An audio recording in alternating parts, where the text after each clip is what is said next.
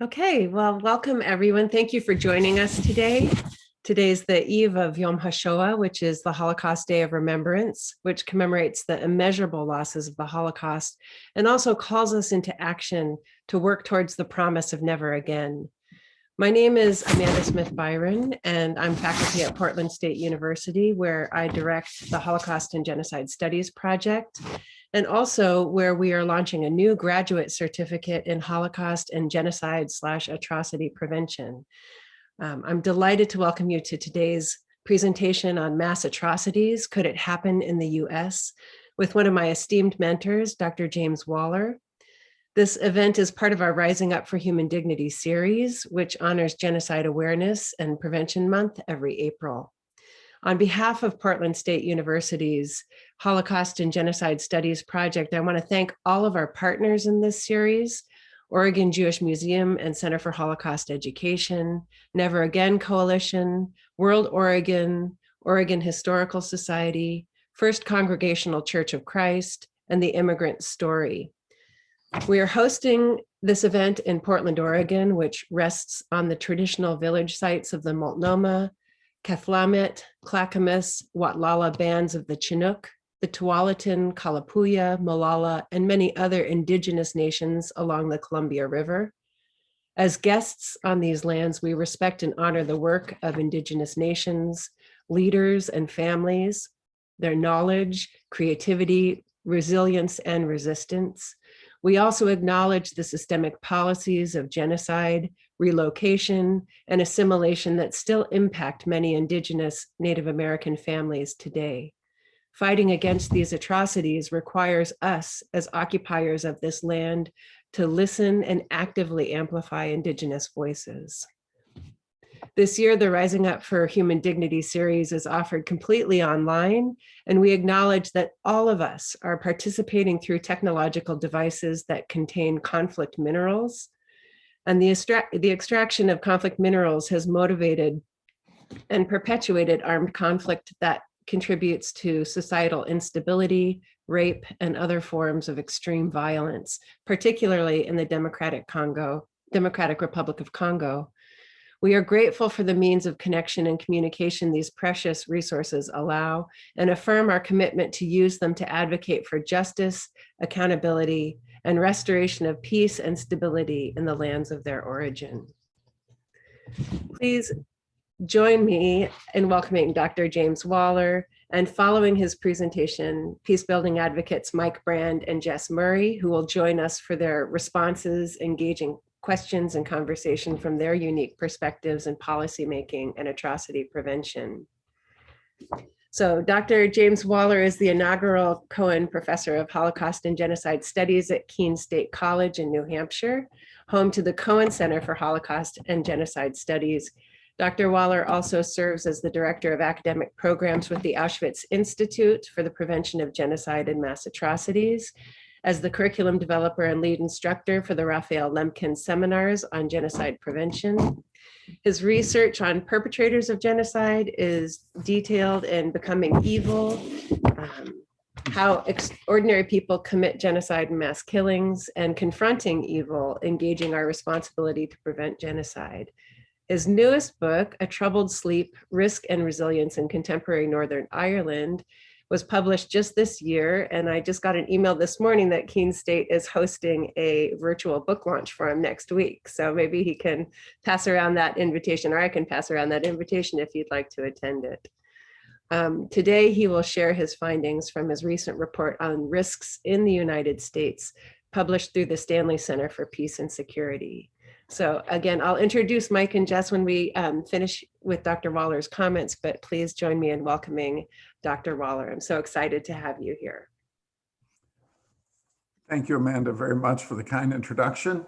Welcome, everyone, and I'm very sorry I can't be with you in person. Portland is one of my favorite cities in the world, and I really wish, as I'm sure we all do, that I had a chance to be there in person and we had a chance to be together face-to-face for this discussion. But nonetheless, we're together now, and I want to thank the Oregon Jewish Museum and Center for Holocaust Education for their role in pulling together this event. But I particularly want to thank Amanda Smith-Barron, because Amanda, this is a discussion we've had for about 2 years now, trying to figure out a date and time for this event, and everything in the world has seemed to conspire against us, but we pulled it off. We're here together today. So thank you very much, Amanda. And thanks to all of you who are in attendance as well, for the interest and commitment that you show to the work of peace building that Portland State has been doing so well for so many years. I'm going to share my screen now. And Amanda, can you see that okay? Perfect. Thank you very much. So what I want to talk about today is the escalating risk of mass violence in the US. And as Amanda said, I'm going to base this quite a bit on a report I did in early November before the election for the Stanley Center for Peace and Security, a nonprofit organization located in Muscatine, Iowa. But I want to give you the broader frame of where this work fits in terms of my background and the expertise that I try to bring to it as well. As Amanda mentioned, in 2016, I published the book, Confronting Evil, Engaging Our Responsibility to Prevent Genocide. And in that book, I laid out all the different ways we can think about genocide prevention before conflict happens, when conflict is happening, and after conflict is over, and we look at rebuilding post-conflict and post-atrocity societies. In the before piece, which I've called upstream prevention, I focused on what we knew, everything we knew at that point in time about risk factors. What puts a country and a society at risk of the potential for mass violence that could end up exploding into war crimes, crimes against humanity, or the crime of genocide. So in that book, I reviewed all the various risk models we had for understanding the risk that puts societies at risk for mass violence, and try to compile what we knew the best, it seemed to me at that time, about how we understand risk assessment in terms of upstream prevention. The most recent book that Amanda mentioned, A Troubled Sleep, is actually coming out in 2 days on April 9th. So please head down to Powell's City of Books, one of my favorite bookstores in the world, and you can ask to purchase the book there. But in that book, I've taken that risk assessment lens and I've applied it to a very specific case study of a country I've worked in for a very long period of time, and that's Northern Ireland. And I've looked at Northern Ireland through the lens of risk, particularly as Brexit has impacted it. And if you've been keeping up with the news in Northern Ireland, you know that day by day now, we're seeing increasing amounts of unrest and violence in that country as the implications of Brexit unfold. So between those two books, what I was asked to do by the Stanley Center was to take that risk assessment lens and apply it to the US. I had first done this for the Center for International Law in January 2017, after the presidential election, suggesting that there are various areas of concern that we would have in the US about the escalating risk of mass violence. The Stanley Center came to me earlier in 2020 and asked if I would repeat that analysis now based on what had happened over the past several years in the Trump administration and the escalating risks that seemed to be facing us as the election for November election was unfolding. So this paper, which you can easily find online and you can download the PDF for free, this paper was published the week before the election.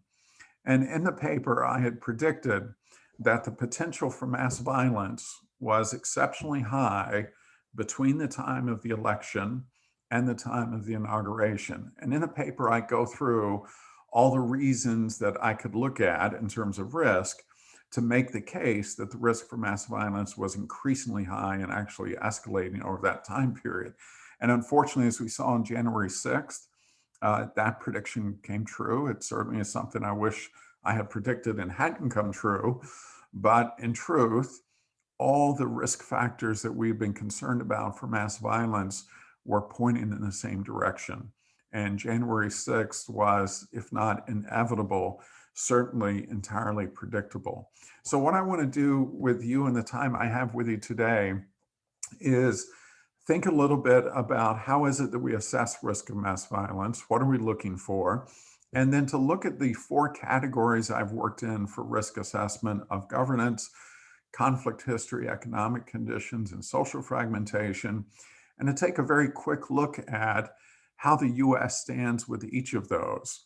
And in a way, what I'm trying to do here is similar to what I've done for other countries. For instance, several years ago, I wrote a risk assessment paper for Burundi. And I asked the questions of, in terms of governance, where does Burundi stand for risk? What factors does it have to mitigate risk? How do they understand their conflict history? What are the economic conditions and the impact on life in Burundi? And what is social fragmentation like? So what I'm doing in this presentation and what I did in this paper for the Stanley Center was to ask the same questions of my own country, the US. And then we'll conclude the talk by looking at the question of, to what degree this is who we are? Is this reflective of who we are? How is it consistent or inconsistent with who we aspire to be and who we desire to be? So I'll start by talking about risk assessment and say that in terms of assessing risk of conflict or risk of mass violence, we can think of 2 competing metaphors. One metaphor would be, as you see on the left-hand side of the screen, the black swan. Black swans are incredibly unusual. They're highly unlikely, highly improbable. When you see one, you notice it because it's completely unexpected. It's a complete surprise. It goes completely against the grain of what we expect to see and what we think of when we think of a swan. For a long time, when people talked about risk of violent conflict or mass atrocities, they treated it like the black swan metaphor. That when war broke out, when genocide broke out, when crimes against humanity broke out, that we just never saw it coming. We can't believe anything like this would ever happen. This is so rare, so unexpected. How in the world could we have expected to be aware enough to prevent this from occurring? Because it's just such an exceptional occurrence.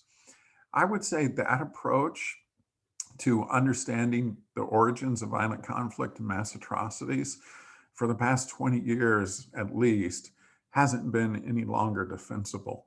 We know today what the risk factors are. We know what the signs and symptoms are. So I think the better metaphor today is on the right-hand side of the screen. It's the charging gray rhino. We see it right in front of us. We know what risk is.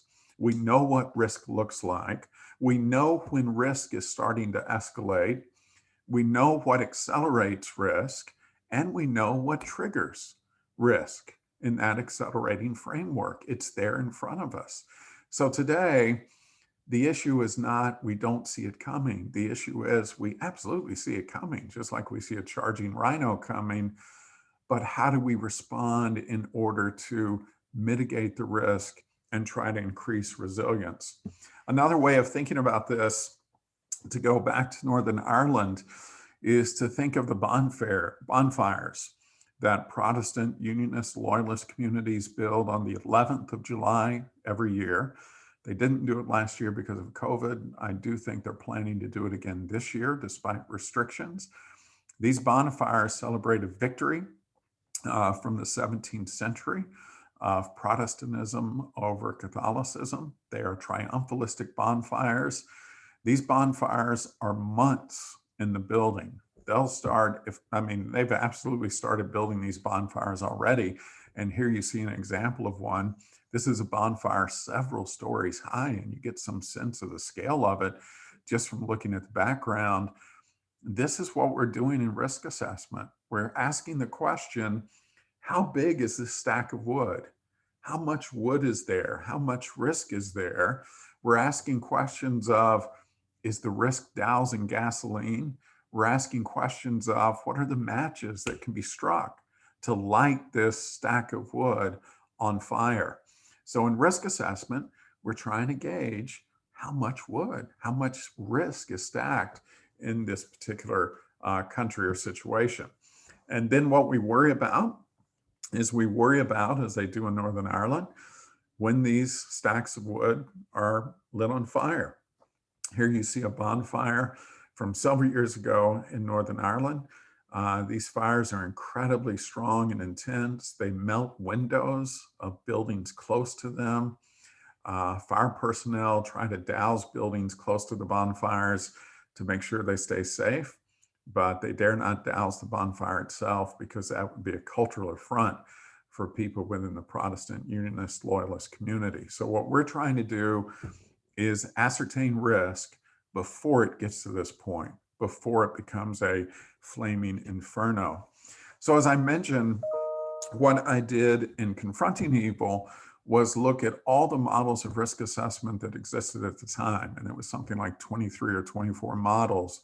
And from those, I wanted to distill the risk factors that we had the best evidence for. And I was less interested in anecdotal evidence, and I was more prone to privilege quantitative evidence. What do we have the data support for that suggests this risk factor is an important one for us to look at? And based on that, I came up with 4 categories of structural and systemic factors of risk related to governance, memory, our conflict history, economic conditions, and social fragmentation. So I want to take each of these one by one and talk about them with a case study of the US.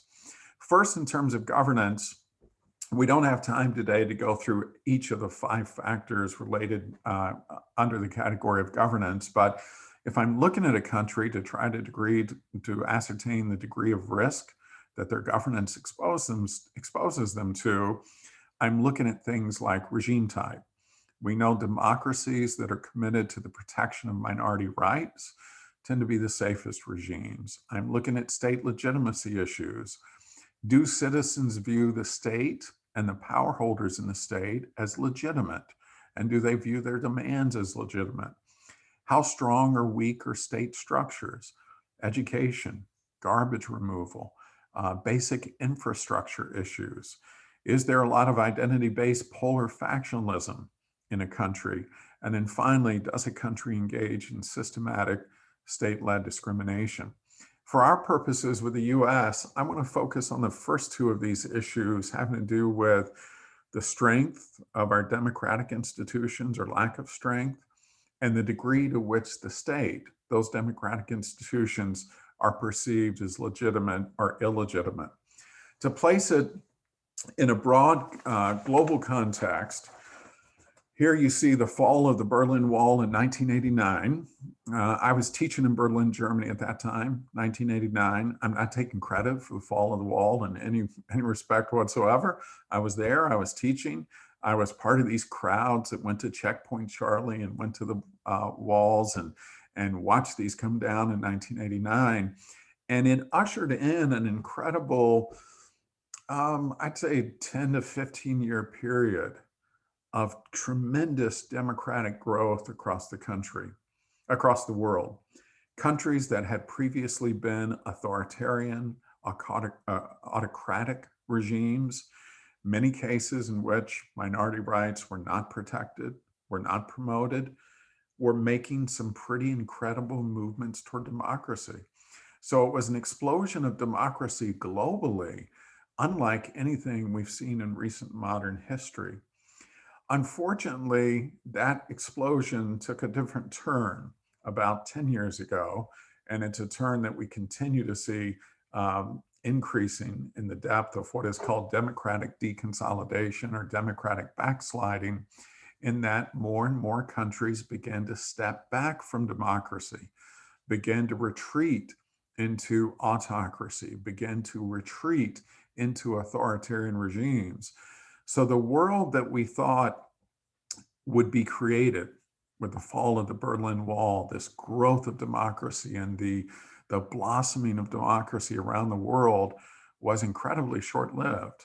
And today, when we look at the data related to democracies and we look at things, we measure countries on things like how well the government functions, how much freedom of expression and belief there is in a country, how the rule of law is manifested in a country.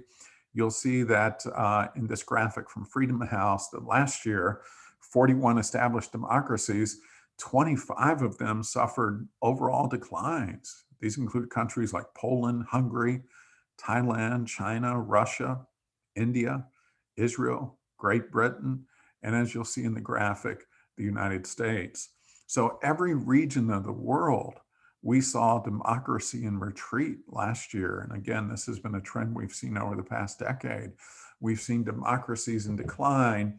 And as democracies have gone in decline, we've seen the rights of minority peoples more consistently under attack, and less well protected. Here's another measure of democracy around the world from The Economist. This is their 2020 index. Here you'll see that the only full democracies listed are a few Scandinavian countries and Canada. You see several countries listed as flawed democracies, including the US. The US was first classified by The Economist, and this is based, again, quantitatively on 60 different indicators. The US was first classified as a flawed democracy in 2017 and has been classified as a flawed democracy every year since. But what we see in 2020 is every region of the world experienced a democratic rollback. No region was protected from it. And what we see in these type of democratic rollbacks or retreats or declines is they tend to happen very slowly. Most of these aren't overnight overthrows of democratic regimes. They are cases of democracy taking steps, small steps, back, and back, where every step seems like it's not that big of a deal. But the cumulative impact over time is the death of democracy and the decline of democratic institutions. In 2016, Evan Osnos is a journalist who compared it to reading a book in twilight, that as you're reading a book and the sun starts to go down, your eyes adjust and adjust and adjust, and you can still read. But at some point, you can't read any longer. It's completely dark. And this is how we think about the death of democracy, is that generally it happens bit by bit by bit. We adjust, we adjust, we adjust, and then democracy is gone. Democratic institutions have been compromised. We certainly have seen the impact of this in the US. You'll see here to the right that only 18% of Trump voters believe that President Biden was a legitimate winner of the 2020 presidential election. We have a huge proportion of our country who do not believe that the sitting president legitimately won the 2020 election. That's a significant challenge both to the legitimacy of the office of the president, but also to the demands that the office of the president makes. And it's a question of legitimacy for government that we see not just at the federal level, not just at the state level, but we see it creeping into questions of legitimacy even at the local level. And one of the things I want to be careful to point out is that while it's very easy to focus much of our attention in this regard on the recent Trump administration, these problems of legitimacy existed long before Trump. In fact, all the risk factors I'm going to talk about, none of those were created by the Trump administration. They were there long before Trump. Some of them have been there since the birth of our country. They've been through successive democratic regimes, republic regimes, and so on. The Trump administration accelerated much of that risk incredibly within a short period of time. There was tremendous acceleration of risk, but the risk had been there even before the Trump administration came into office. And here you see from the Eurasia Group, just looking since 1990 in the US, with adults asked how much confidence you yourself have in the presidency, you'll see by the early 90s, that figure had dropped below 50%. And it very seldom in any year since the early 90s has gone back above that. So we've always had these challenges of legitimacy that certainly have been exacerbated in the past several years. So in the Stanley Center report, what I had argued is that the guardrails built into American constitutional democracy have eroded and degraded, not just over the past 3 years, but under years and years of partisanship, polarization, and the pursuit of power, and that this has led to a disintegration of trust and faith in US democratic institutions. And when we have that disintegration, that's something that directly elevates and escalates the risk for mass violence. And I can say, just anecdotally, for what it's worth, that even as a university professor, and now I've been teaching close to 35 years, it's been disheartening to see in the past several years the number of students who no longer look at government service as a legitimate opportunity for them, not because they can't have access to it, but simply because they question, is it worth it? Do people trust the institutions enough? Are the institutions and the people and the power holders in those institutions trustworthy enough for me to want to commit a professional career to? I think the second issue that I focus on in terms of risk has to do with conflict history. And here I think two recognitions. One is that every country has some degree of conflict history in its background. But I think secondly, in this risk factor, I'm less concerned with what that conflict history is. And I'm more concerned with how that conflict history is remembered. How is it taught? How is it processed? How is it understood? What have countries been through before? And how does that inform their present understanding of who they are? Because one of the things we know about the past is that it's always going to intrude in the present. And especially when it's a past that has been unaddressed, when it's a past that has not been redressed, when is it a past that has not been repaired, no attempt has been made to make victims of the past whole.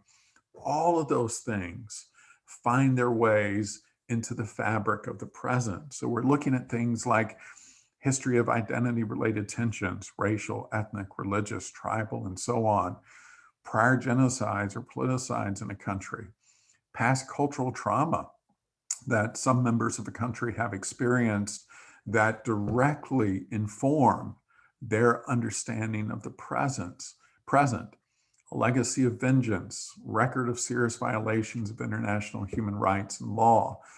And I think this has become increasingly important as a risk factor around the world because of the influence of social media.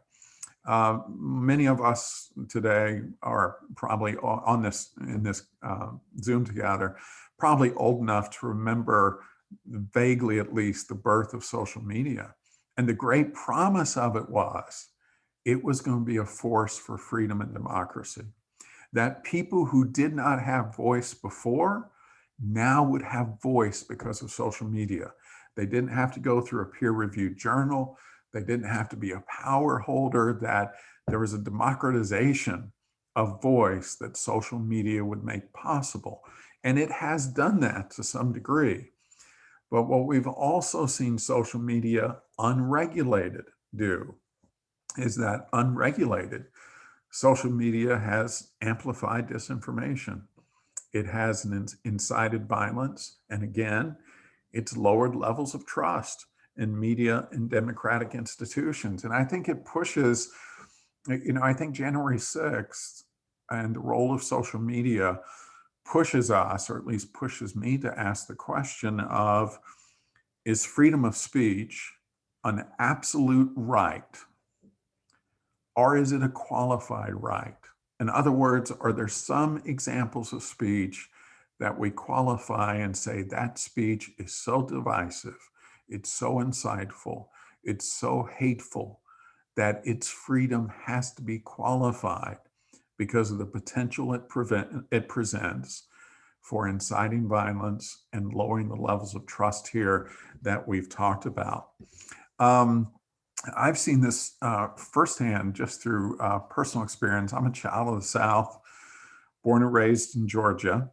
And I came of age at a time in the 60s and early 70s where the South had rebranded what we know as the Civil War. And this had started as early as March 1955. You see an editorial here reprinted in the Saturday Evening Post. And the South's response to Brown versus Board of Education, the 1954 Supreme Court decision that mandated desegregation in all public federal facilities, part of the South's response was to say, here again, the North is aggressively trying to change the way of life in the South. And so part of the rebuilding of the narrative that happens in the South in the 1950s after the Brown decision is to say, well, let's go back and look at the Civil War. That was really a war of Northern aggression. Just like the civil rights legislation is still a war of Northern aggression. And this is more than simply a rebranding of something. This is what generations of school children, including myself, were taught through elementary school, middle school, high school. We were taught about the war of Northern aggression. I went to college in Kentucky, not that far away from Georgia, but a world apart in some ways. And I took my first history class, and the professor kept speaking about this thing called the Civil War. I'd never heard of it. I didn't know what he was talking about. I looked around to see if other people were confused. Most of the students weren't, but that's actually a common experience for me in a classroom, but everyone else seemed to be on top of it. But what he was talking about was what I had been taught was a war of Northern aggression. And here you see, this is a monument from a local town here in Woodstock, Vermont, a monument to the people who lost their lives in the War of Rebellion of 1861 to 1865. So memory is shaped by the people who have the power to shape memory in education, memorials, monuments, religion, politics, and so on.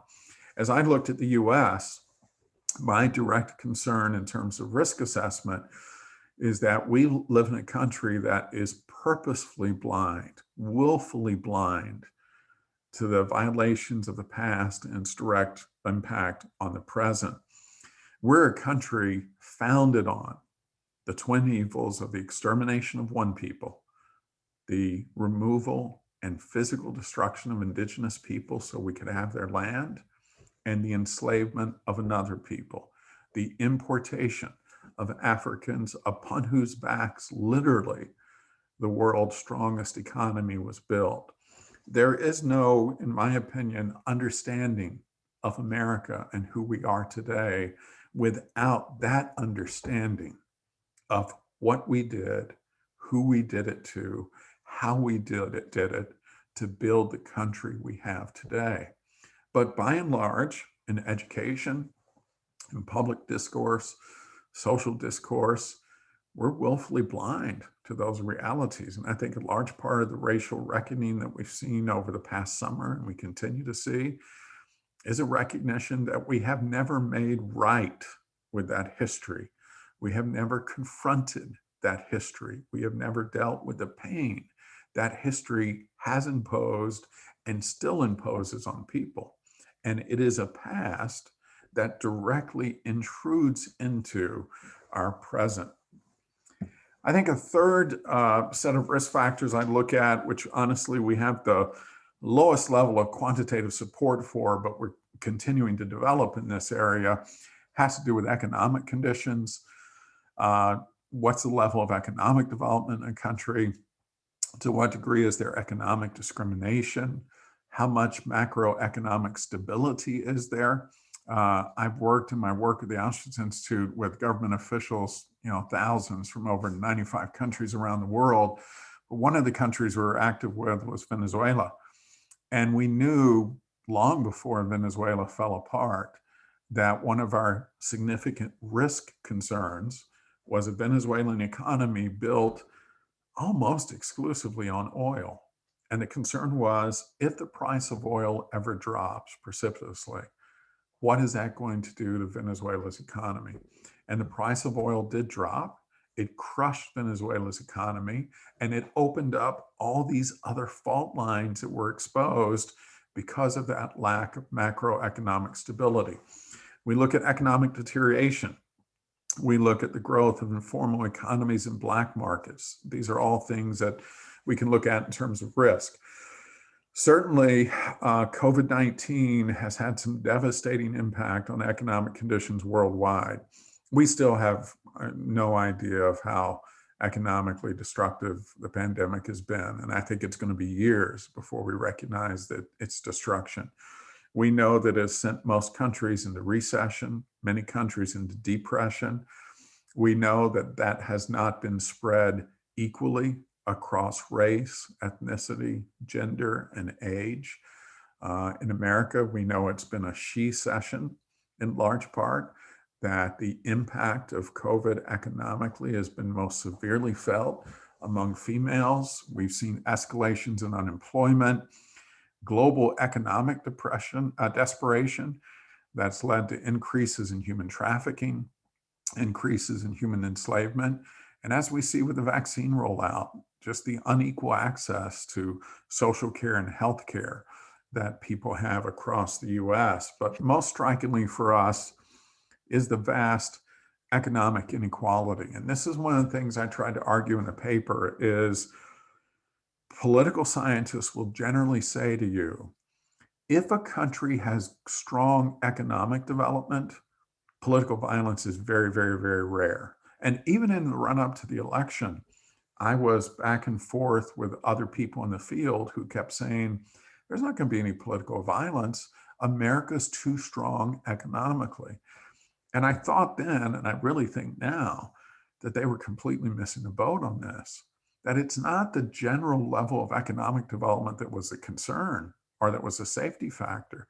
It was the tremendous economic inequality that was going to be part of the driver, I felt. And if you see here on the graph, among the G7 countries, we have the highest level of income inequality among all those countries. Most striking is the black-white economic income inequality, which, as you see in the graph on the right, has pretty well held the same since 1970. While both whites and blacks have increased in income, the gap, the disparity between the two hasn't closed to any significant degree whatsoever. So when I looked at issues of economic conditions, my concern was that what happens when there's economic inequality is groups who are on the downside of that can resort to violence to try to redress the inequality, and groups on the upside could resort to violence to try to hold on to the privileges that went with their economic standing. And the fourth and final characteristic I wanted to look at was social fragmentation. And here, what we're looking at is in a socially cohesive society, you may have different identity groups, racial, ethnic, gender, tribal, religious, however they're defined. You have a lot of different identity groups, but they have found ways to coexist. They have found ways to work together. They have found ways to move their societies forward. That's a socially cohesive society. The opposite of that is a society that has deep social fragmentation. It is divided by identity, some form of identity, racial, religious, ethnic, political, economic, some form of identity divides it at almost every level. So in the field, we talk about these societies as what we call deeply divided societies. And the basic characteristic of a deeply divided society is that social identity is central. Your group identity is central, that the focuses are on the differences between us rather than the similarities. But the real conflictual characteristic of deeply divided societies is not only that social identity is central, but that social identity is polarizing, that social identity leads to deep divisions, it leads to differences in the quality of life, it leads to communities of fear and communities of isolation. And I'll give you a quick example before we move on. In Northern Ireland, when I taught there, I would often ask my university students, 18, 19, 20 years of age, when did you first meet someone from the other side? If you're Protestant, when did you first meet a Catholic? If you're Catholic, when did you first meet a Protestant? 95% of the time, they said to me, the first time I met someone from the other faith tradition was when I came to university. 18 years of their life in complete segregation, complete isolation, segregate communities that led to communities of fear.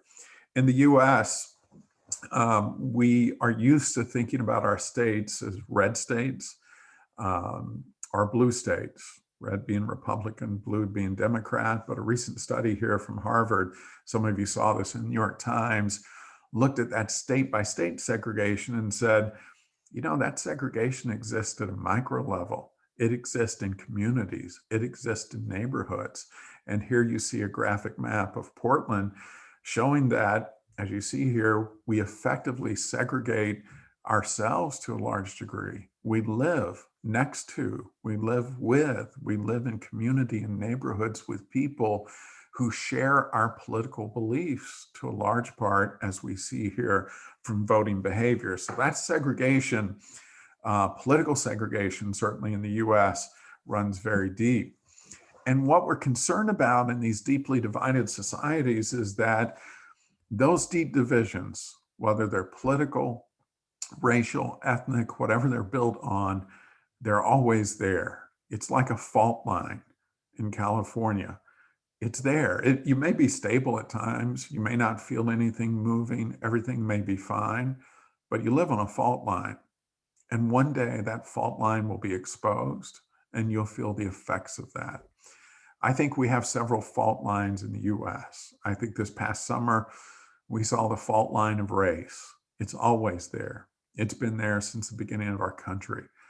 And that fault line is going to be exposed at different times. And the police brutality of this past summer exposed that fault line. And as Adrian Gorky says, in a deeply divided society, this is the concern, is that these fault lines will occasionally be exposed and you'll see violence between the segments in that society.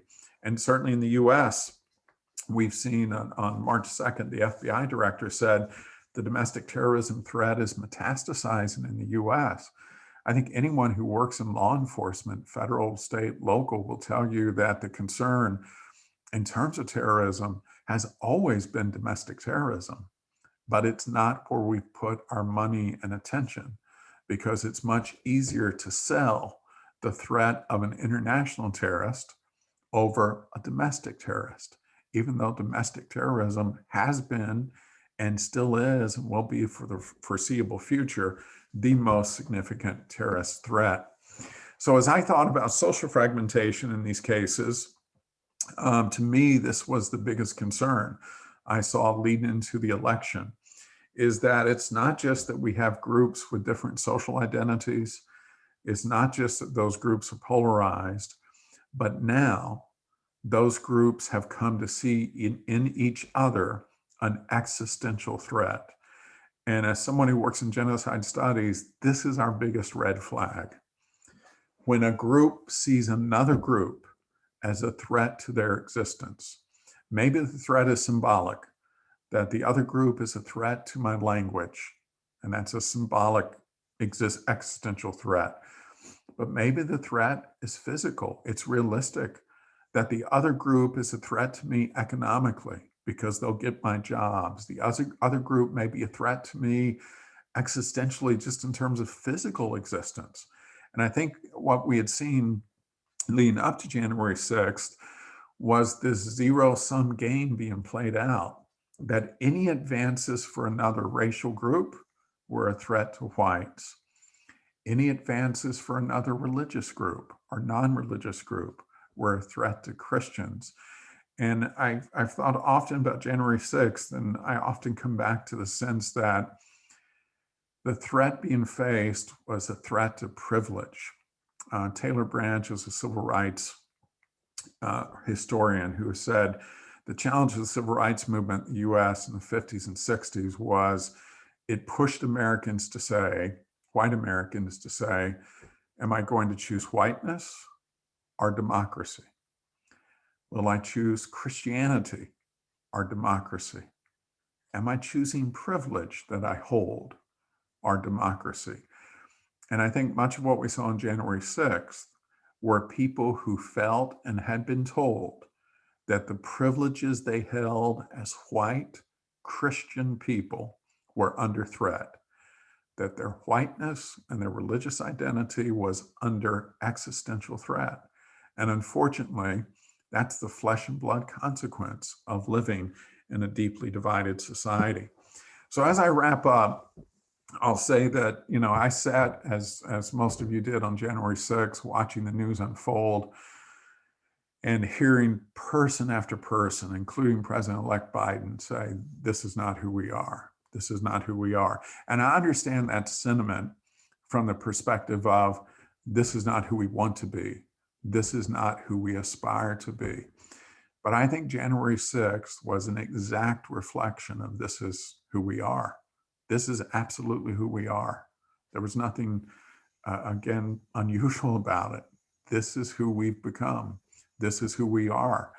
I would say, and this is something I've thought about over the past few years as well, that if risk analysts like me were noticing the types of trends we've seen in the US, in a Latin American country, in an Eastern European country, in an African country, we absolutely would have been raising concerns saying, this country is on the verge of something horrible happening.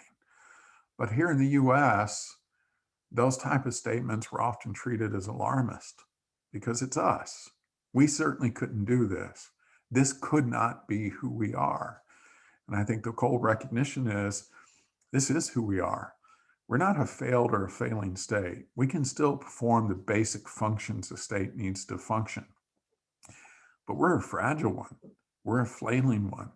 We're closer to a breakdown than a breakthrough. And I don't mean to sound necessarily overly pessimistic about this, but I do think I agree with James Baldwin when he says that not everything that's faced can be changed, but nothing can be changed until it's faced.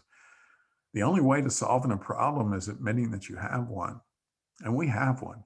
We have a big problem of a deeply divided society, a society at escalating risk for mass violence. And those problems have not gone away because President Biden is now in office. All of those problems are structural, systematic problems that existed long before him and will exist, unfortunately, long after him. The problem of domestic terrorism is a problem that just continues. It's a bigger problem today than it was on January 6th in terms of the threat it poses. Because once we engage in political violence, it's much easier to do it again. So once we see the scenes of what we saw on January 6th, that opens the door for that to happen again. And I take note of President Biden's recent address where he said, your children and grandchildren are going to be doing their doctoral thesis on the issue of who succeeded, autocracy or democracy. That's what's at stake. We've got to prove democracy works. And the US has had incredible moments of making democracy work well. We've also had some very heartbreaking moments of democracy not working well. And the democratic institutions that we entrust with much of the protection of all of our rights have not worked for many groups of people in the US for a long time. And much of that, again, has been exposed over this past year or so. But I think the challenge in front of us, and I want to finish with this because I don't want to present a problem that is insurmountable. It's not. But we've got a mountain of hard work ahead of us because the challenge is we've got to prove democracy works. And right now, there isn't a ton of proof of that. So we have a mountain of hard work to try to reestablish trust in governance, to try to have some form of economic equality in the country, to try to come to grips with a painful history of conflict that has victimized people of color in the building of this country, and to try to bring together some type of social cohesion in place of the social fragmentation that divides us so deeply. So thank you very much for your attention. I'll turn it back over to Amanda now, and she'll take us to the next part of our discussion.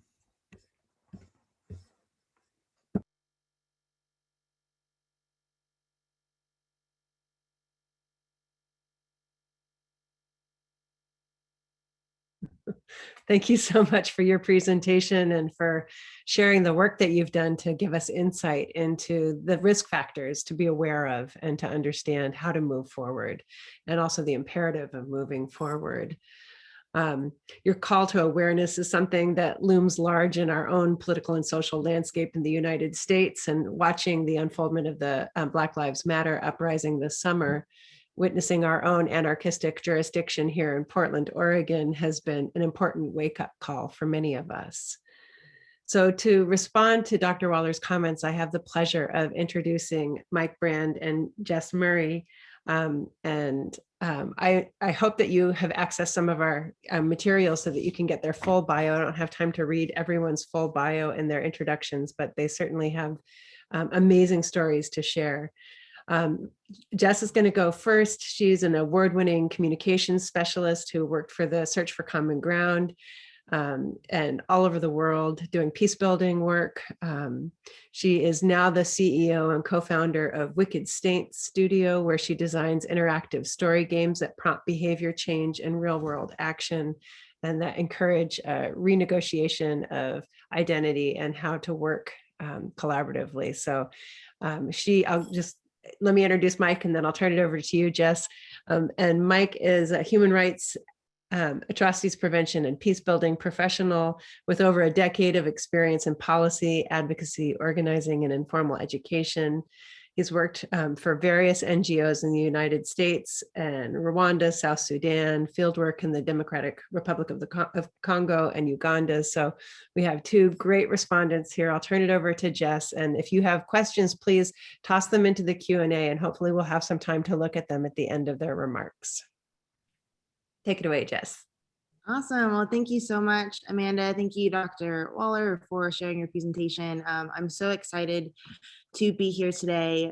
So really briefly, again, Amanda did a great job, but why I'm here talking to you. So yes, I'm currently the CEO of Wicked Saint Studios. We create interactive story games that are wickedly fun and actively good. Before that, I was working with Search for Common Ground. If you're not familiar with Search is one of the world's largest dedicated peace building organizations with offices in 34 countries. 90% of the staff is actually local to the areas that they work in. So everything from, prevention of mass atrocity work to reconciliation after genocide, countering violent extremism, security sector reform. They do a lot of that kind of stuff. And so it's funny because people would say like, hey, peace builder to game designer, that seems like a big kind of switch up. But for me, it was really just a natural progression of following the same question of how do we mobilize millions of young people around what we call common ground activism. So to basically attack the problem instead of the person. And I'm gonna explain this really briefly before I get into my response, because I think it will help explain my response a little bit. But so behavior change often happens not by giving people information, but through experiences. And so stories are a hugely powerful tool to do that, because you can kind of give people this vicarious experience that they wouldn't have any other way besides listening or reading or watching the story of another person, or even fictional, can really kind of move people emotionally in that way. But oftentimes it takes more than an experience to actually activate someone to take action in the real world. So social cognitive theory says that the number one indicator whether someone will take action or not is actually self-efficacy. So self-efficacy is your belief in your ability to accomplish a goal.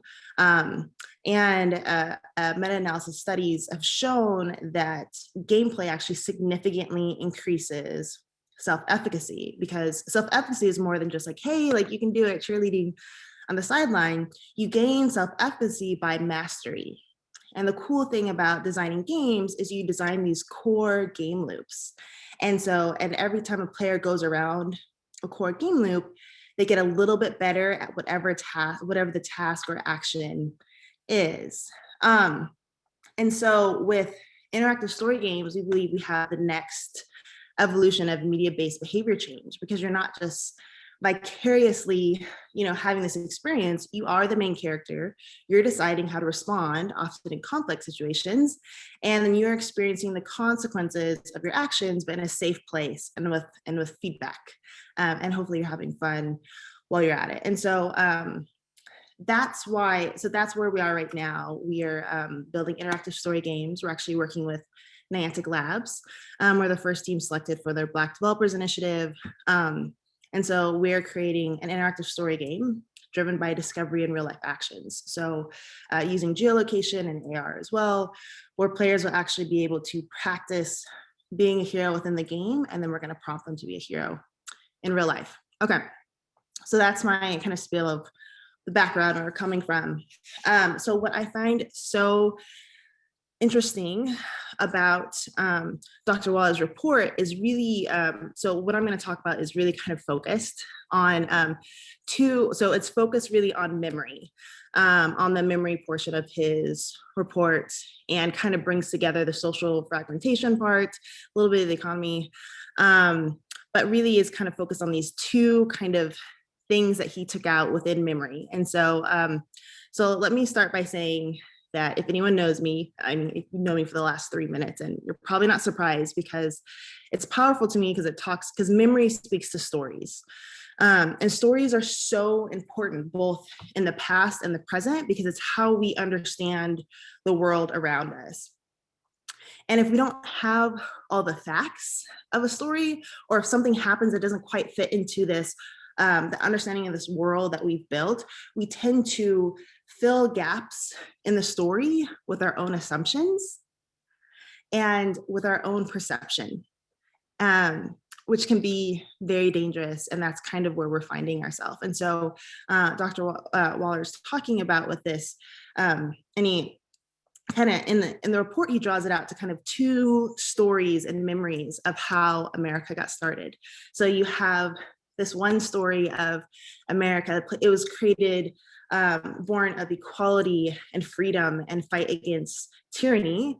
And then you have this other story of, it was the destruction, this genocidal destruction of an indigenous race to steal land, and then enslavement of Black people to make that land profitable. And from those two stories, I see two issues arising from that.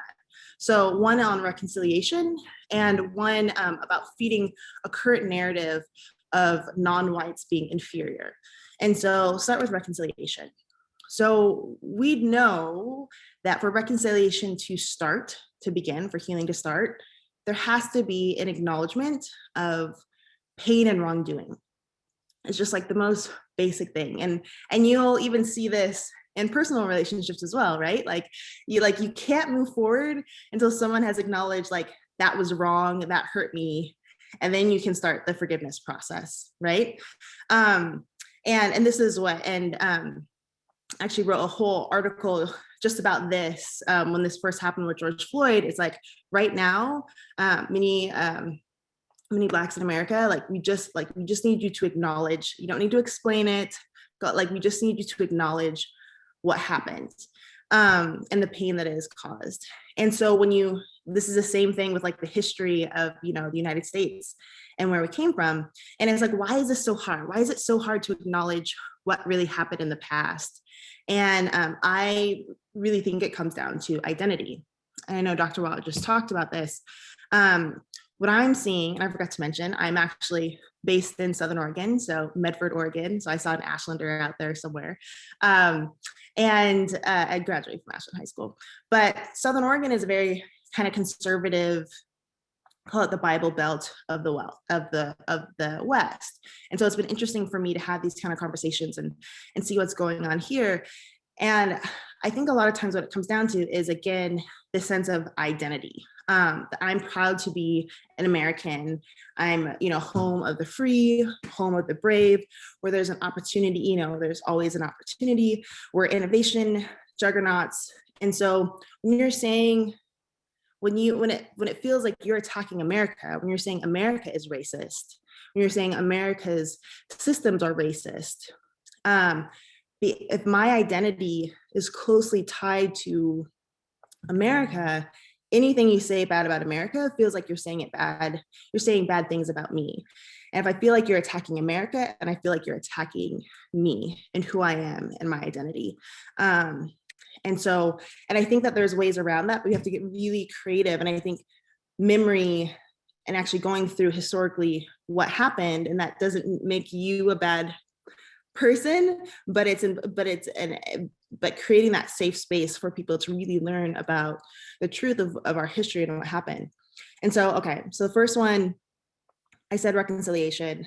The second one is about this, these two stories of memory really feeds into this narrative that being non-white is inferior. So when you believe a country, when you believe this country is founded on equality and freedom, and you believe that everyone here has the opportunity to succeed if they just work hard enough, and then you see certain demographics that are not succeeding, you have to be able to fit it into the world that you understand, right?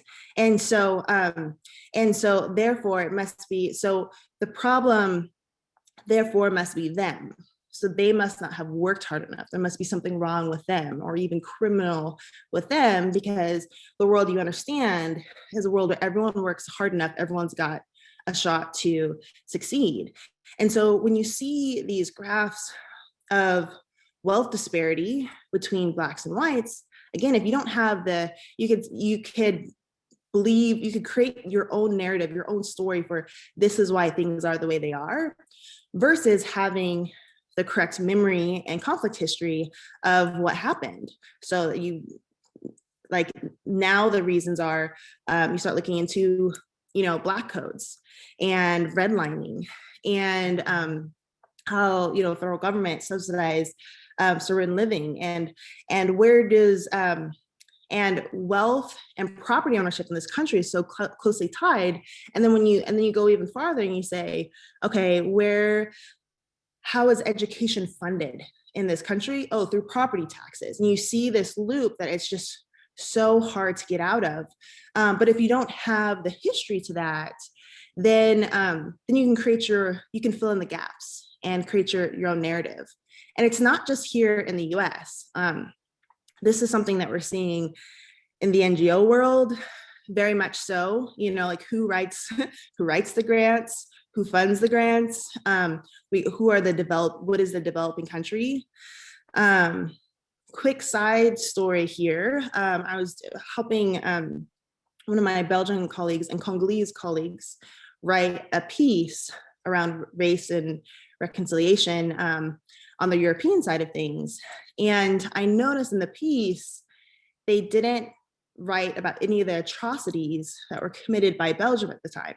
It was, because before they mentioned, yes, they talked about colonization, but before colonization, one of the worst genocides in history happened in the Congo, and it was committed under King Leopold's Belgium. And it's, we're talking about severed hands, we're talking about kidnapping children. I mean, it was horrible. And as soon as I brought that part up, there started to become tension, right? Because now I'm messing with legacy and heritage.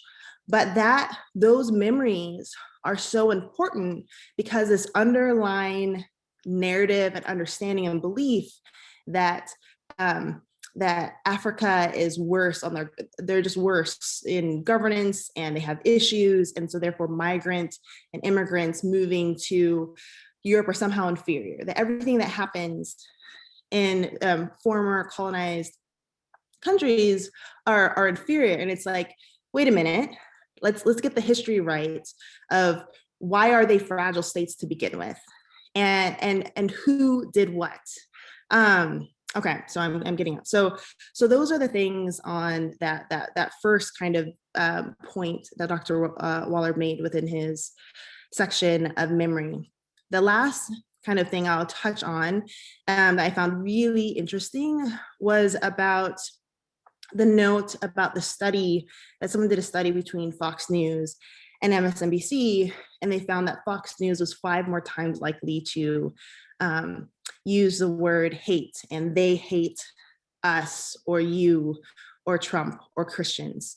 So one thing that's really interesting about that is someone who does social change communication, and we talk about the stages of transformational change, like how hard it is to get someone to change their mind and the steps to that. I just found it really interesting because it would take a lot more steps and be a lot more difficult to get someone to believe that someone else hates them, but it would be a lot easier to get someone to believe that someone hates them.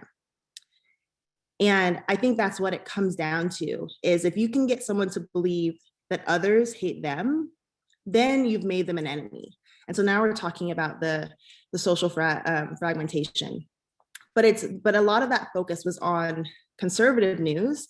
And I want to take a quick second to address more liberal news. And I just to say my own personal opinion is that most television news is political commentary, even though we call it news. But same thing. So I'm also talking about, more liberal leaning news sites, but also political commentators who are more liberal, and how I've seen some of their treatment of the other side and how it can add to this social fragmentation. And so I was once at a conference. It was actually in Armenia, of all places. But it was a humor and games conference.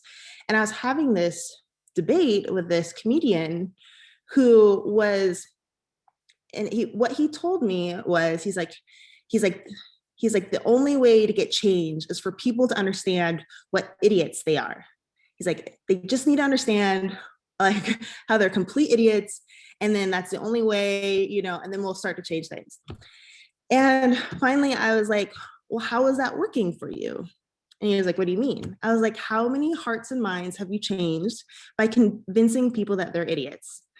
And he, of course, didn't have an answer for me. And so one of the things when we're looking at countering violent extremism, we look at push and pull factors. So things that push people outside of society and leave them vulnerable to being recruited, pulled into violent extremist groups. And one of the biggest indicators, push factors, is actually shame and shaming people.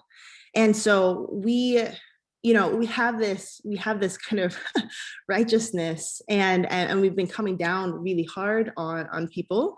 And the truth is that when you feel attacked, attack or fear, it makes it almost impossible for you to see the pain of others. And so here we are. And so I feel like there has been a lot of attacking of conservative. We've actually been pushing people that were more moderate and people that voted for Trump. And the more you make them try to feel bad for it, you're actually pushing them farther and farther away, and we're getting more and more polarized. And it happens at the beginning, but it also happens at the end. When someone wants to maybe change their mind or say like, actually, maybe that isn't right. What I've been seeing is political commentators come in and say like, oh no, you don't get credit for coming in at the 11th hour. You don't get to change your mind now. But in reality, we should be celebrating people that change their mind. We should be encouraging a growth mindset, because, okay, should they get credit or not? That's really not the point. The point is that they have a whole audience of people. They're a credible messenger. They have people that trust what they say.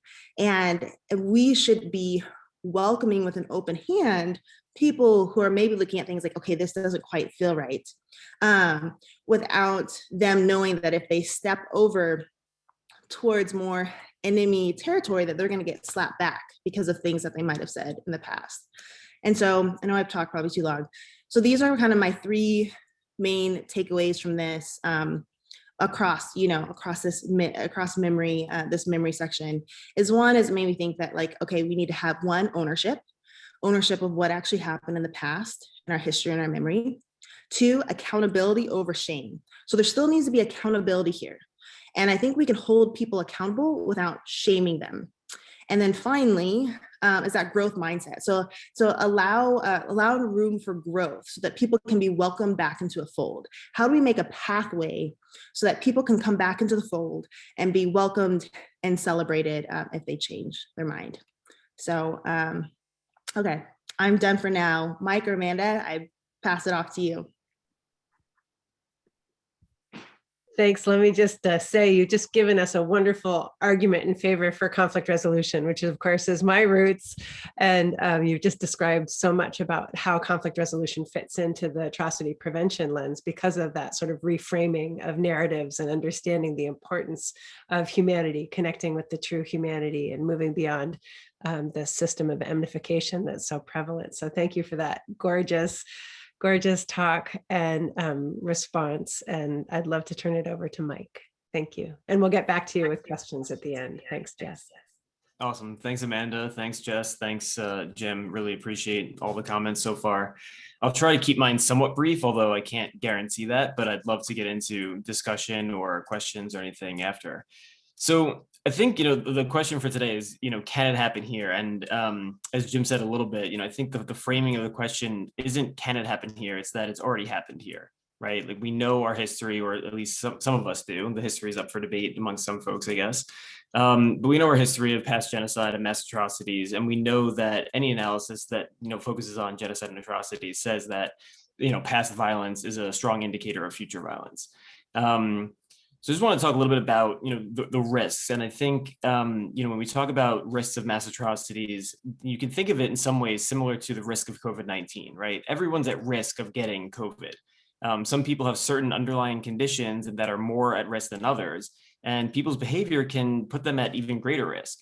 With mass atrocities, there are underlying risk factors that a country can have that could put them at more risk of atrocity, and certain actions that countries and key actors in that country can take to put them at even greater risk. But alternatively, just as there's things that you can take to prevent you from getting COVID, or the actions that you can take, there are actions that countries can take to prevent mass atrocities, and there's these long-term prevention efforts and short-term prevention efforts. Long-term prevention, or upstream prevention, as most people refer to it as, seeks to address like these root causes and drivers of violence.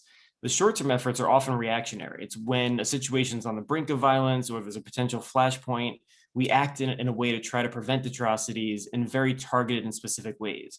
But these efforts are only short-term because they're Band-Aid fixes, right? They're not solving the underlying issues. Those underlying issues are still there, which means that those risk factors will still remain. But you're hoping to at least stave off some immediate violence. So in the context of the US, we can think of this as short-term prevention efforts that may have been instituted leading up to the 2020 election, because many people were worrying that it could be a flashpoint of violence. And people were worrying that it wouldn't be a peaceful transfer of power. As we saw on January 6th, some of those warnings, played out. Long-term prevention, looks more at these bigger issues that address, the wide-spanning issues in a country. Some of these both Jess and Jim talked about, the economic and societal inequities, dealing with governance issues and corruption, addressing problems with law enforcement, among other things. And so these long-term prevention efforts would also focus exactly on, what Jim ended his paper with. I mean, he said, indeed, the most important work is in the contemporary United States is the work of peace, the work of turning strangers and enemies into friends and allies. The hard work of preventing mass violence is not what makes the headlines, but it's what prevents the worst headlines from being made. And that's really, this long-term upstream prevention work that we need to be doing in the US, also referred to as peacebuilding, although many folks who do this work in the US don't actually refer to their own work as peacebuilding for a number of reasons that we could talk about. We need more cross-cultural dialogues. We need more cross-communal dialogues. We need to be engaged with different groups. There's so many in-groups in this country that have been insulated and for many, many years, and there's not enough of this conversation that's happening across these groups. So what are some of the risks, that we're talking about today? Jim's talking a lot about, specific risk factors at a quantitative level. I'm just going to talk about some generalized things. So for me, one of the greatest risks that I think that we're facing today is the threat from white supremacy and Christian nationalism, right? These are the people who stormed the building on the Capitol building on January 6th. These are the folks who erected gallows to hang Mike Pence and wrote quotes of scripture on those same gallows. These are the folks who, after they violently sieged the Capitol building, beat police, vandalized the seat of our democracy, they went on to pray in the Senate chamber. I think what's important to understand about the insurrection is that most of the people at the Capitol were, quote unquote, normal people. They were everyday people, moms, dads, sons, daughters. They weren't all part of the Proud Boys, 3%ers, Oath Keepers, etc. These are folks who go to church, they go to work, they go to their kids' soccer games. But many of them also believed in the QAnon conspiracy theories. They believed the big lie. Many believed that God made Trump president or put him in that seat. So they listened to all these lies, the disinformation, the propaganda, and that was all being fed to them. And they decided to finally take some action. They became violent. They beat, police, and they even killed a police officer.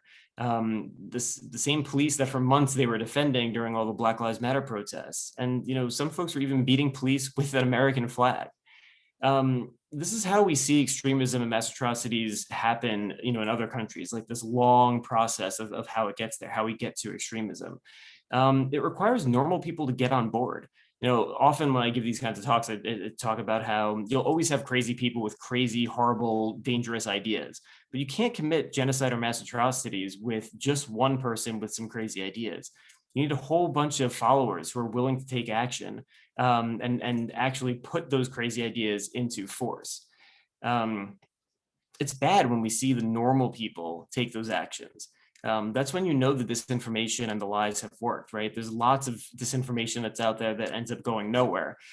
But when you see it come into power and come into force, that's when it's a real problem. Take, for example, the genocide against the Tutsi in Rwanda. We commemorate this genocide starting tomorrow and for the next 100 days. But many of the people who participated in those killings were normal people, right? They weren't all members of the military or militia. They were just everyday folks. And the people who bought into the QAnon propaganda and other kinds of disinformation that's out there are no different than the folks who bought into the Hutu hate propaganda. You have people who literally believe that Democrats were eating babies. You had others who believed that despite losing the election very clearly, Donald Trump was still going to be sworn in as president. And you had many who believed that they could stop the steal by storming the Capitol.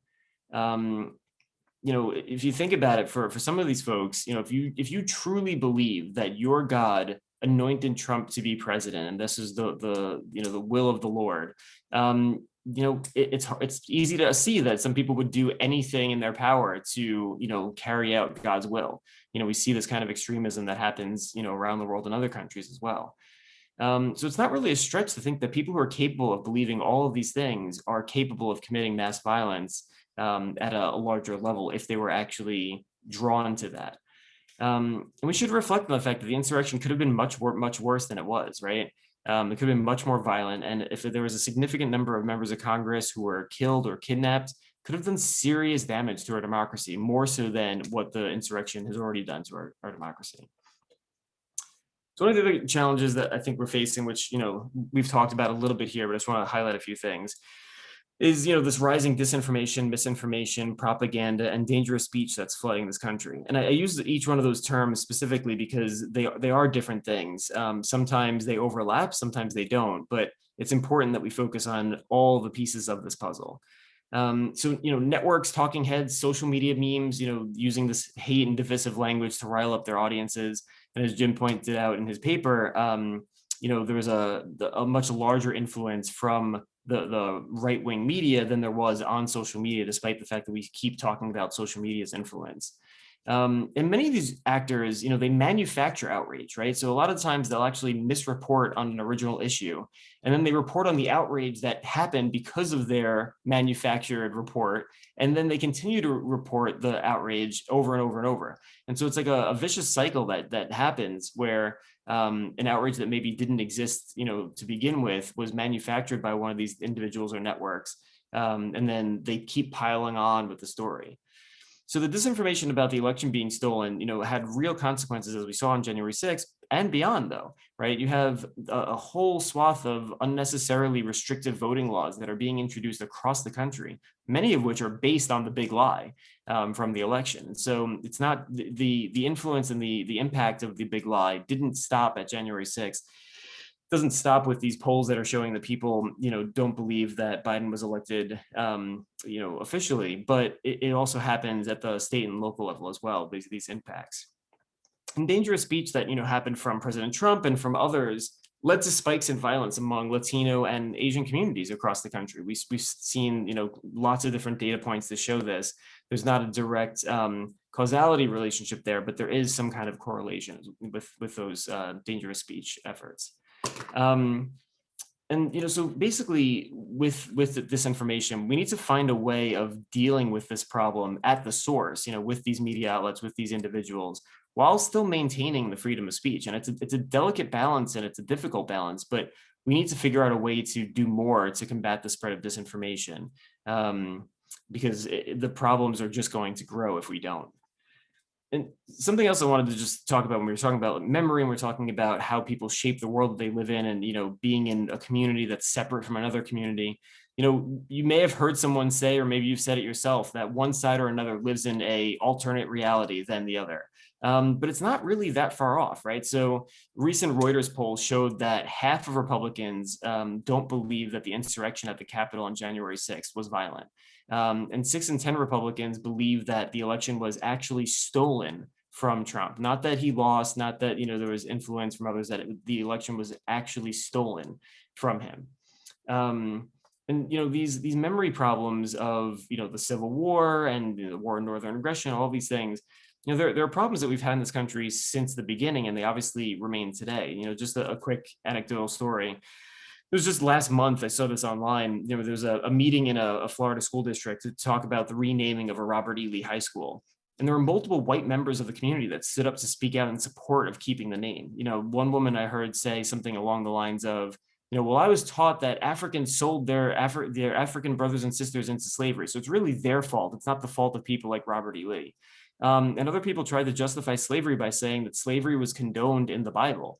So mixing this kind of white supremacy with Christian nationalism a little bit.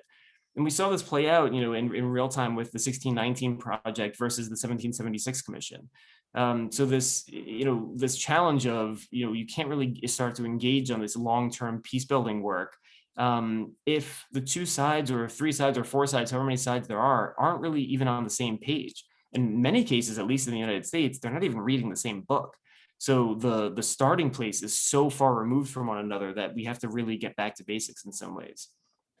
In addition to addressing the spread of disinformation at the source, we need to do more to affect the public's media literacy and their ability to actually discern the difference between different types of media and what's real and what's not. For many of us who are fortunate enough to attend, college, university, maybe get, a graduate degree, whatever, we take for granted that these critical thinking skills, the cross-referencing, the research, these are taught skills. Not everybody just is born knowing how to do this. And especially with the internet today, there's a lot of publications that are out there that look and feel just like real news, but are really either just opinion or some kind of propaganda. So it's a lot more difficult these days to really discern the difference between a real news publication with journalistic integrity and other sources or opinion sources that are out there. So a lot of what I was just talking about, and some of what we talked about generally today is focused on, the people, the general populace, and the ability to commit atrocities or potential to commit atrocities in the US, right? But we also have a risk from authority figures, law enforcement, et cetera. So, we're talking a lot about the violence here at home, but the violence that we do abroad can be connected to the violence that we do at home. And so the US's history of direct violence, in many countries around the world, extraordinary rendition, indefinite detention, torture, extrajudicial executions or killings, it's not irrelevant to our conversation. Jim's paper talks a little bit about these unmarked law enforcement officers that were grabbing people off the street in Portland. And with detaining them without telling them why. One individual was saying, they didn't know if they would be seen again. And this is the kind of stuff that we see in some of the most authoritarian regimes around the world, disappearances of folks and never to be seen again. And we saw President Trump, decried the Black Lives Matter movement as a movement of hate. And we saw a significant increase in the law enforcement that was present during the DC Black Lives Matter protests after the murder of George Floyd. And we also saw a large number of law enforcement officers that were walking around and detaining individuals with no identification. Some of these individuals look no different than the men who are dressed in these self-identified militia groups. So when we have this blurring of the lines between official law enforcement and who's an official law enforcement officer with authority versus random people who are dressed as law enforcement officers or similarly, it becomes very dangerous because you no longer have that trust in, who's a law enforcement officer, who has the right to actually detain you for, an official legal purpose versus random person who looks like a law enforcement officer is able to just grab you off the street and, who knows what. And then obviously we have the issue of President Trump and any others, outright or implicitly, supporting violent white supremacist members and movements. Some people have said like playing footsie with these groups.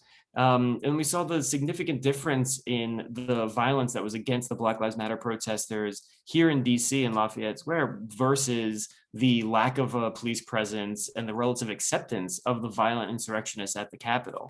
There's a lot more that we could talk about, obviously, generally speaking, with police brutality and racial profiling, and both have been and continue to be a significant problem in our country. And then you have other things like the former Nuremberg prosecutor, Ben Ferencz, who, if you don't know Ben Ferencz, he's like one of the most amazing people in the world. He came out and said that the family separation policy at the southern border was a crime against humanity. So we have different examples of this kind of violence that is happening in the United States or, from the United States abroad in different ways. One of the last things I'll just say to reiterate a previous point before, we get into the discussion, which I'm looking forward to, is, we really just need to focus on bringing people together more. Jim used the anecdote of talking with folks in Northern Ireland, Protestants and Catholics not really ever seeing somebody from the other side or the other. When I was in college many years ago now, I engaged in a program with Israelis, and there was Israeli Jews, there was Arab Israelis, Muslims, and Christians as well, and they all said the same kind of thing. We were taught to hate the other. We didn't know the other. We never met the other. They always referred to each side as the other. And so, it's a lot easier to have bigotry and hate, with somebody that you don't know about, right? The ignorance that's there, the disinformation that's there, these lies. And this happens throughout history, and it happens with genocide, slavery. And we see it today happening with modern day issues of immigration or LGBTQ rights, for instance. Just looking at the wave of transphobic bills that are being considered, introduced, and passing across the country. Most of these legislators writing these bills and voting on these bills, I bet have never met somebody who's trans. They never had a conversation with somebody who's trans to try to understand, what they've gone through and what their life is like. So, it's much more difficult to hate a group if you interact with them on a daily basis or you get to know them. And so again, like, I've said before, we need to really invest more in these cross-cultural and cross-communal dialogues in different ways across this country. Because some of these discussions, we need to be able to have with these other groups, or else we'll never get to understand different people and where they're coming from. And the only other thing that I'll say, and we can talk more about this during the discussion, is some of these issues that we're talking about stem from our governance system and who is elected into power, whether that's at the state level or at the federal level in Congress. And there's some things that we can do to address some of these issues, that there's more and more, it seems like, extremist candidates that are winning elections and are being, brought to the front. Things like ranked choice voting, independent redistricting to get rid of gerrymandering can help with that. And there's bills that are being considered, in Congress right now at the federal level, things like the For the People Act, the Voting Rights Advancement Act, Protecting Our Democracy Act, and others that would address some of these issues directly, which I think, obviously is a conversation potentially for another day, but they're really important to consider, because without those kinds of steps that we're taking at the national level to deal with some of these issues, not much is going to change.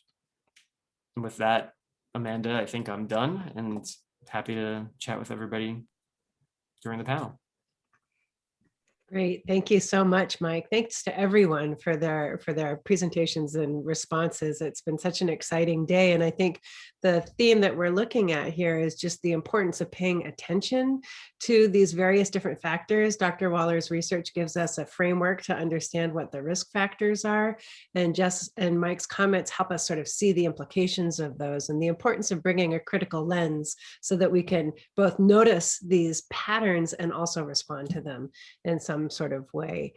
We have a few questions in the Q&A. I don't know if you've had a chance, panelists, to take a look at those questions. Some of them I think have been answered in the course of the conversations as they've evolved, and some might be a little bit outside the bounds of what it is that we're capable of answering for today's presentation. But I thought maybe as a closing comment, if you wanted to choose one of the questions from the Q&A or think about what next steps might be, because I think that all of us are looking for rays of hope to figure out how we navigate. Yeah, we've had we have a new administration, we have a new hope perhaps in government, but those old issues, as Dr. Waller described, still remain, and the threats, excuse me, to democracy are still as present, if not more present, than they were in the prior administration. So maybe we could start with Dr. Waller and then go to Jess and Mike to just comment on that. Next steps. Thanks, Amanda. I think Jess and Mike, thank you both for your thoughtful comments on the paper. It's good to know two people have read the paper somewhere. So thank you for that. I think they have both outlined some really helpful ways for next steps forward. And so I'll let them speak more to that. I think I'll address one of the themes that was come up in the questions was, why are democracies backsliding? What are the root causes? How do we see this happening? So I think I'll address that one just quickly. Power holders in government and in society have to at some point ask the question, can I still compete under fully democratic conditions? If their answer to that question is no, power holders will start to break down as many democratic institutions as they need to break down to keep power. I think part of what we're seeing with voter suppression in Georgia is people in power in the legislature saying, I cannot keep power under these current democratic conditions. And they're creating the narrative that the conditions are unfair. But I think anytime we see the move to take votes away from people, those are power holders recognizing, I can't stay in power if the game is played fairly. So I have to rig the game in my favor. I think we see it I work often in Great Lakes region of Africa, and we see people in power, presidents and their party, deciding to change the Constitution so they can be president for life, because they recognize that if democracy works the way it's supposed to, it will threaten their positions of power and privilege. So they work the system to change the democratic conditions for their favor. So I think when we see these democratic backsliding, Poland, Hungary, Thailand, elsewhere, a general theme we see is people in power realizing, I cannot keep power if the game is played fairly. The game has to be played differently. And so that's where we start to see the breakdown of some of the democratic institutions, voting rights, freedom of expression and belief, and so on. Thank you. Jess, do you want to jump in? Yeah, no, absolutely. So yes, everything to that. And then I was just thinking, about next steps. And so I know I had like ownership, accountability, and growth, but I'm thinking maybe just maybe a few tips to break it down for individuals. So like if you're trying to have these conversations right now across lines of difference, some tips, because it really starts, I'm very much kind of the grassroots person. And so I believe like, yes, we need to change institutions, but institutions are run by people. And so like how do we start to shift some of these attitudes and minds? And, so there's a whole nother track to go off of putting people that are different together because there's different power dynamics. And we can get into like contact theory and like how to do that well to get people working together on common issues. But just thinking for a second, like how, just some tips for if you're wanting to engage across lines of difference, whether it's, around race, religion, orientation, like whatever it is politically, some things to do. So one, I think it's really important. And again, I'll do it. I'll do this. There's so many ways we could go, but let's just do this. So for one, if you're going to engage, really encourage you not to assume. We tend to assume, and like, I'm just as guilty. It's like, no, I know exactly why you voted that way. I know exactly why you think that. I know exactly. And the truth is I don't. I'm creating my own story, right? And so it's so important when you're going into these conversations, not to assume, to instead ask why. And a lot of it does take listening, and trying to really understand what the root is, because they might say one thing, but then when you keep asking, like, well, where did you get your information, or why do you think that? Or, sometimes they're just regurgitating things that they have heard. And when you scratch the surface a little bit more into why, then you're like, oh, that's interesting. There's actually, and now you can actually have speak more to the issue. And so instead of trying to win arguments, try to understand and then set your own objective for what you want to achieve at the end. So, our whole lives we've been taught someone has to lose in order for us to win, but that's not necessarily true. And so if you shift your objective from make them lose, whoever they are, to one, make them an ally, to prevent or stop harm, and three, actually solve a problem, it's going to completely change the way that you treat and engage in these conversations. Because again, like, the goal is, I need this person to also, not only do I need to understand where they're actually coming from, but I also need them to understand me and actually receive information I have to say, information I have. So it's like, how do you build that trust? And it really starts with, not assuming, asking why, and starting to have some more of these strategic conversations that don't involve us winning or defeating, that other side. So those are my tips I'll throw out there.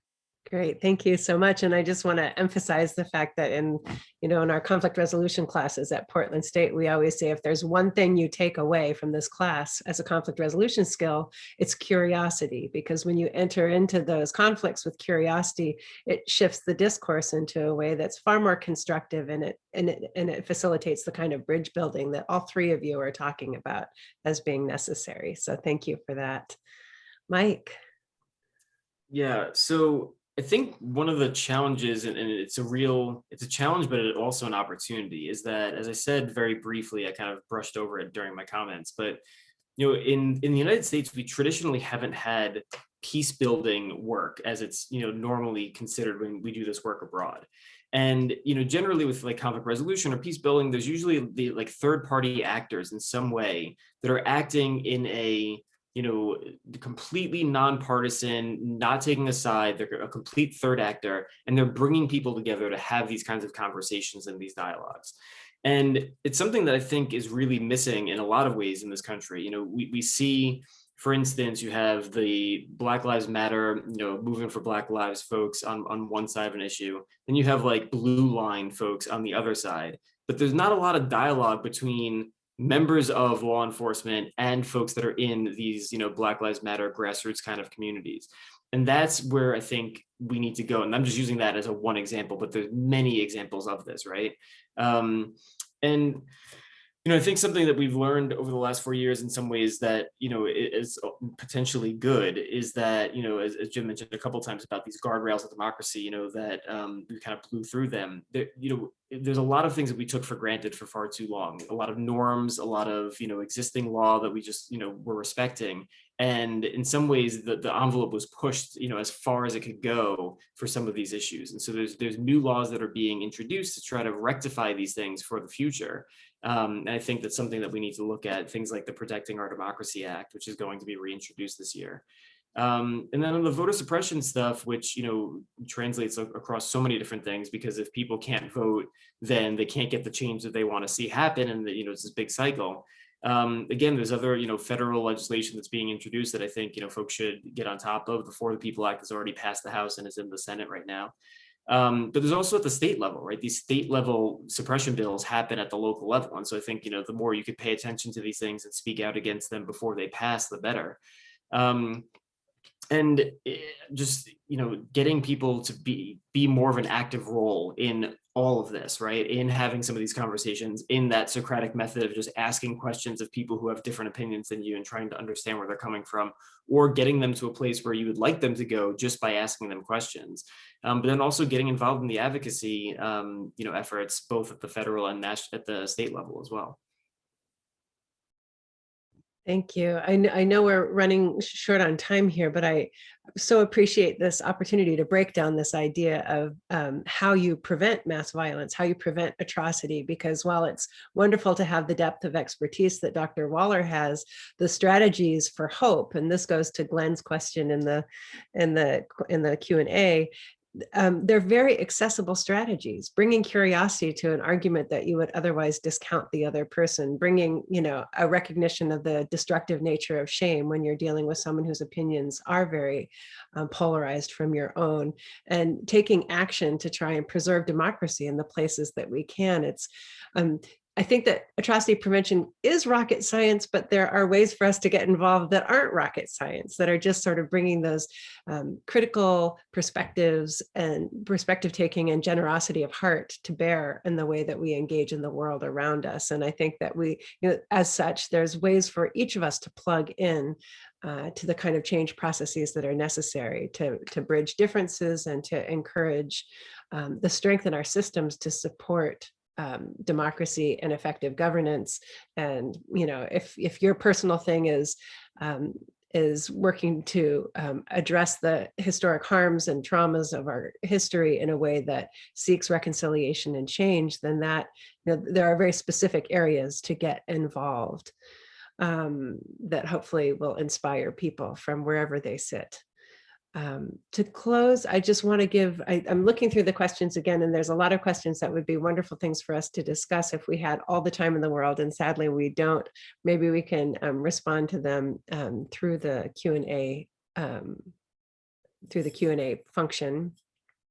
But I would love to just offer it back to Dr. Waller for some closing comments. And I know we're running short on time, so brief comments would be great. Oh yeah, that's good. Trust me, they'll be brief, and I probably am probably be better to hear from any of the rest of you other than me. But I do want to circle back to poor Glenn's question. Said, I'm so depressed. Give me some hope, please. Glenn, that was never certainly the mission for today. Certainly my mission. I'm sure it wasn't Amanda's mission as she pulled the panel together either. I do think, as I said, we can't begin to solve a problem once we recognize we have one. I think the recognition we have it is the first step in that journey. The great news is that here we are, Portland, noon on a Tuesday afternoon, and 75 people showed up to have this discussion about what our country is like, what situation we're in, how we can make the situation better. You have people like Jess and Mike and Amanda and the program at Portland State who are committed to making those differences.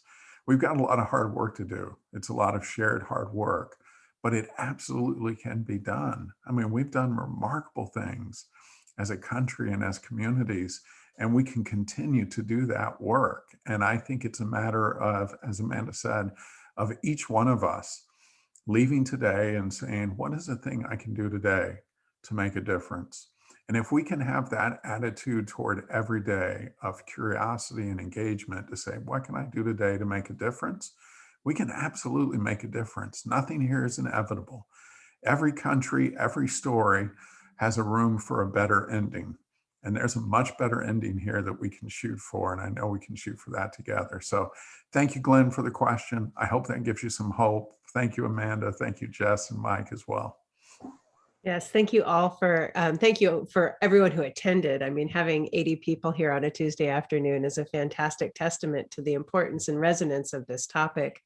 And this presentation will be recorded and available at all of the partners' websites and YouTube channels. So please feel free to distribute it and to continue the conversation. There are more events happening throughout the month. You can find a listing of the events on all of our websites, but particularly the Oregon Jewish Museum and Center for Holocaust Education has all of the registration links to find out more information about the events that we have in this series. And I hope to see you all at some of our subsequent conversations. So once again, thank you everyone for coming, and thank you presenters and panelists for your contributions. Thanks, Thank you. everyone. Thank you, everyone. Bye-bye.